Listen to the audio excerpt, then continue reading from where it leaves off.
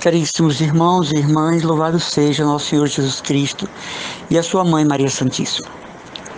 Nós vivemos uma situação a nível de mundo, a nível de sociedade, em que cada vez mais nos tornamos buscadores da paz, buscadores da união com Deus. Numa linguagem bastante atual, nós procuramos nos conectar com Deus, entrar em sintonia com a sua pessoa divina, com o seu coração, devido aos grandes vexames sociais que afligem hoje a sociedade e que chegam até nós como apelos de conversão, de mudança de vida.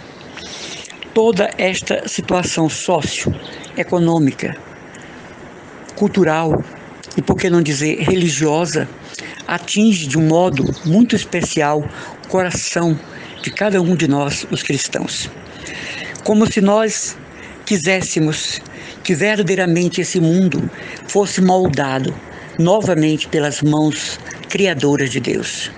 Como se quiséssemos que Jesus voltasse à Terra para reiniciar a história do seu Evangelho, da sua presença na igreja. Nós sentimos falta daquelas graças provenientes do Espírito Santo e nós clamamos por um Pentecostes constante. Nós clamamos por uma invasão da graça em todos os territórios da vida social. Como nós temos desejo de ver resplandecer no meio do povo a graça de Deus, a começar por nós, pelos nossos familiares. Então esse conectar-se com Deus é uma necessidade. É o motivo da perseverança, é uma verdadeira atitude interior para suportarmos a vida aqui fora, na sociedade, no mundo visível, né? Esse mundo que nós constatamos. Então é preciso, é necessário conectar-se com o Criador. Estou falando basicamente da vida de oração, da vida de meditação, da vida de encontro interior com a Santíssima Trindade, por meio da Eucaristia, da leitura, meditação, proclamação e prática da sua palavra, por meio da Igreja que é mãe e nos alimenta num sacramento contínuo de sua ação no mundo. Estou falando da prática da fé, da esperança, da caridade, nos graus mais necessários à nossa vida, porque cada pessoa está inserida dentro de um plano salvífico de Deus. Cada pessoa está dentro de um plano da vontade de Deus.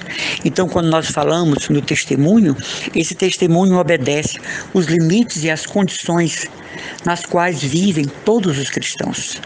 A minha família é diferente da sua, a sua é diferente da minha. Os pontos pelos quais eu tenho que lutar e trabalhar para ser santo diferem dos seus. Mas uma coisa nos une e provoca unidade: esse conectar-se com Deus, esse identificar-se com Deus, esse permanecer em sua santa presença.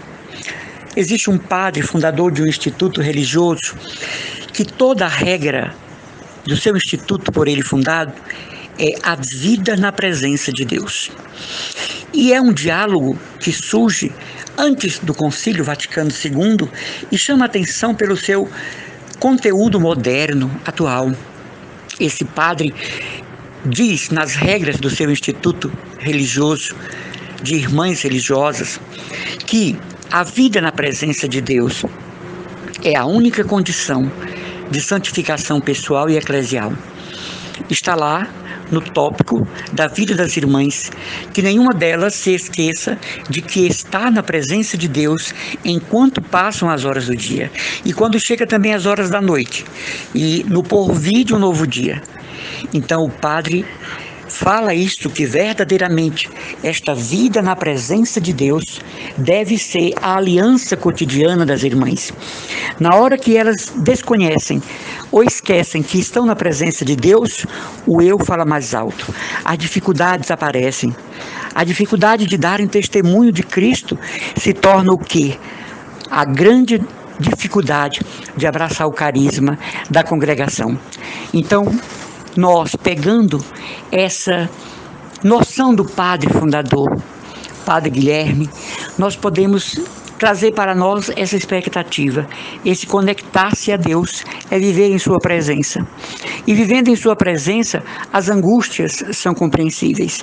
Os sofrimentos são estudados como que de cima para baixo. Nós olhamos a partir de Deus aquelas coisas que nos causam sofrimento, impaciência, aquilo que nos obstina, não é? A obstinação do mal. Então, sempre que nós procuramos viver neste dinâmico processo que seja a presença de Deus, nós estamos conectados com Deus. No meu trabalho de atendimento de pessoas, mesmo por meio da internet, é grande o número de pessoas que dizem que por causa desse isolamento, por causa desse lockdown, perderam a direção de suas vidas. Muitas pessoas dizem que já não sabem quem elas são ou o que se tornaram. Então, na minha conversa, no exercício do Ministério da Escuta, eu sempre digo para essas pessoas: Deus é o mesmo, com ou sem pandemia. O Evangelho é o mesmo, com ou sem isolamento. A graça de Deus nos reveste, com ou sem lockdown. É preciso atualizar os dados da graça em nós, restaurar todos os dias a prática da comunhão com Deus, estabelecer um diálogo com a Santíssima Trindade permanente em nós, quer estejamos sofrendo, quer não estejamos sofrendo, quer nos venha visitar a enfermidade, quer estejamos sadios. Deus é o mesmo, a sua graça é eficaz do mesmo jeito. O problema é que nós nos perdemos, nós nos deixamos tocar pelas coisas, nós permitimos que os sofrimentos invadam a nossa alma e por causa disso nós deixamos de crer na onipotência de Deus que nos guarda. Por causa disso nós deixamos de viver o Evangelho que se torna o caminho de nossas almas, o caminho para Deus. Então, meus irmãos e irmãs, hoje eu queria refletir com cada um de vocês a necessidade de voltarmos às nossas origens. As nossas origens é Deus. A necessidade de nós pontuarmos a cada dia a presença da graça em nós. Que assim Deus nos abençoe, que assim Deus nos visite e sejamos convencidos por Cristo a estarmos em Deus. Um abraço e as orações do irmão Emanuel Maria, consagrado que sou, da comunidade Christus Dominus.